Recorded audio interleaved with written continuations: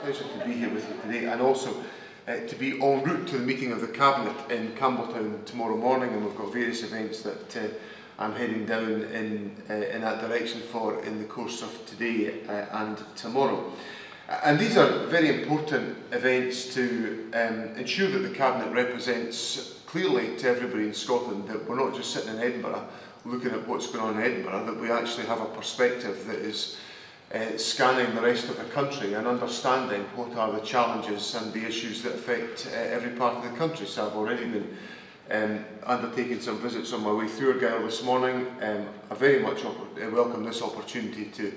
share my thoughts with you and to listen to your reflections at this important event. And I'll be going on to some other events in Campbelltown later on today, which will begin to explore the turning into practice of some of the issues that you're wrestling with here today in relation to the use of public sector assets and how they can be more readily used by third sector organisations. The first thing I want to say is that is I suppose a bit of a kind of admission of liability. There is a thing called the Scottish Public Finance Manual. I preside over it. It dictates how public sector assets should be considered for disposal to third parties, either in the open market or for other routes of disposal for other purposes. I often think that if you can succeed in defeating the Scottish Public Finance Manual and getting an asset into community ownership, you deserve some Nobel Prize of significant achievement. And that's my kind of admission of liability to begin with, that as part of a process that we consider to be very important about ensuring that the third sector can improve and strengthen its capacity within our communities, and I'll come on to set out why we think that's important in a moment, we have to try to make that route easier for organisations to actually navigate that journey. Because I would readily concede that the steps that have to be taken to achieve that are not the easiest steps that can be taken by organisations. There is a lot of tenacity involved, there is a lot of detail that has to be covered, there is a lot of skills that are required to ensure that such processes can be engineered. But what the government is committed to doing is to looking at exactly how that process operates and how we can make it more straightforward for the benefit of local communities. And why does that matter? Well, it matters because as part of the government's wider vision about how we see our community services developing in the years to come, our public services developing, there must be a greater role for third sector organisations to become involved in the process of delivering public services and ensuring that those public services meet the needs of individuals in our communities. And in a sense, many of these, the requirements and the opportunities that exist are best illustrated, ironically, in rural parts of our country. Because the nature of geography in our rural areas, and Argyll speaks for itself in terms of the travel time that exists between different communities and the challenge of ensuring that services are delivered in an accessible way to individuals in all localities. There are bound to be ways in which, by joint working between the public sector, principally the local authority and the health authority in communities such as Argyll and Bute, that joint working with the third sector can improve and enhance the accessibility to public services in all localities. And there will be examples of that where in this local authority area there will be joint working teams, there will be collaboration on the ground between different agencies of the public services. But it's important, as we wrestle with the financial challenges that exist for all of us within the public sector, that we find ways of ensuring that the third sector can be more closely involved and drawn into the process of delivering those public services. And why does that matter? It matters for two principal reasons in my view. First of all, and I will be absolutely honest about this, it will help to deal with the financial challenges that we face, so let's just be upfront about that to begin with. But secondly, and more importantly,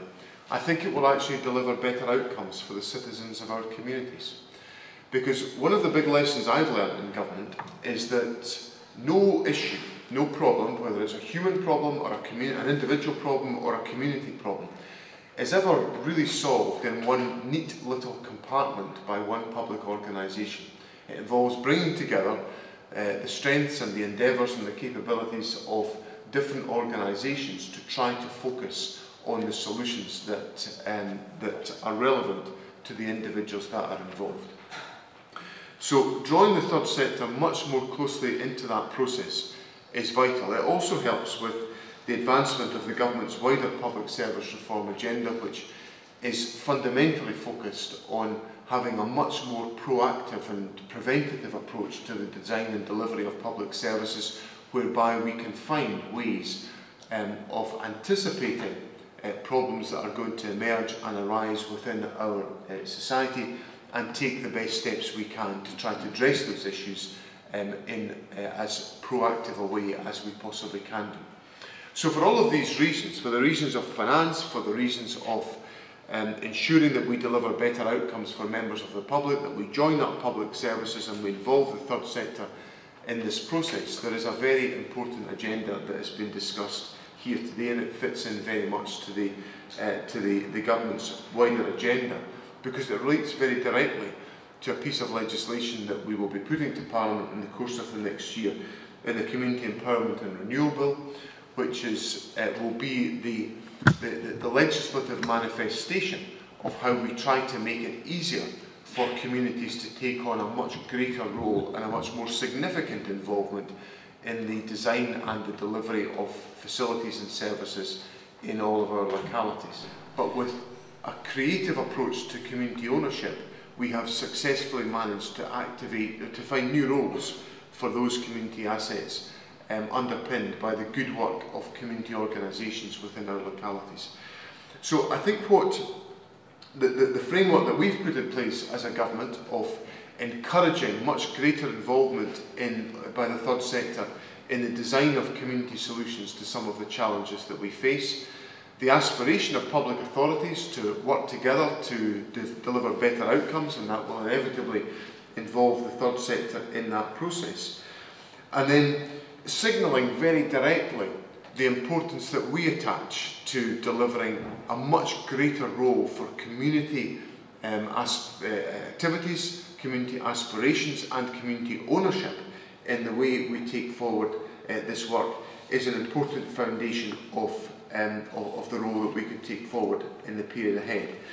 Clearly the framework that has been developed here in Argyll and Bute is a very welcome framework that will assist in taking that process forward. I'm certain that the discussions today will assist in that process, and certainly I can assure you of the willingness of the government to work closely with community organisations and with our public authorities to make the process of ensuring that third sector organisations are better able to be players in the ownership and the running of community assets and the delivery of services from those community assets can be made a greater reality in all of our communities.